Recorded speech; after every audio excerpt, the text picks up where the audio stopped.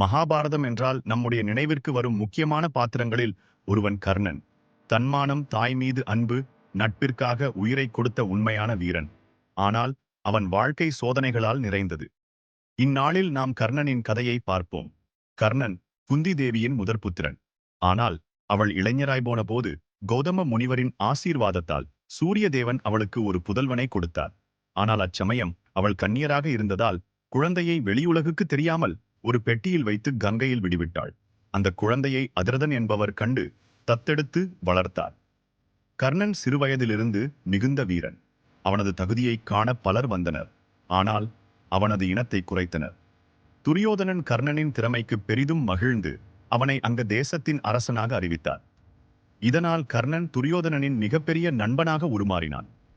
கர்ணன் தன் சக்தியை அதிகரிக்க பரசுராமரிடம் போய் பயிற்சி பெற்றான். ஆனால் ஒரு நாள் கர்ணன் ஒரு தாழ்ந்த சாதியினராக இருக்கிறான் என்று அறிந்த பரசுராமர் அவனுக்கு சாபம் கொடுத்தார். மிகவும் முக்கியமான நேரத்தில் அவன் தேரின் சக்கரம் தரையில் அடிக்கப்படும் என்று சொன்னார். தாய் குந்தி கர்ணனை கௌரவர்களிடம் சேராமல் பாண்டவர்களிடம் சேர சொல்ல முயன்றாள்.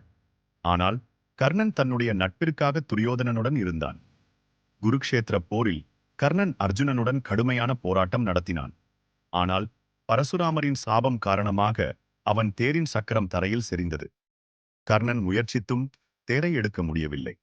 அதை பயன்படுத்தி அர்ஜுனன் கர்ணனை வதைத்தான். கர்ணன் உண்மையான வீரன். ஆனால் அவன் பிறந்த சூழ்நிலை, அவனது ஆன்மீக தாகம், நட்பிற்காகச் செய்த சதிகள் அனைத்தும் அவனை அழித்துவிட்டன. கர்ணனின் வாழ்க்கை இன்னும் பலருக்கு மறக்க முடியாத பாடம்.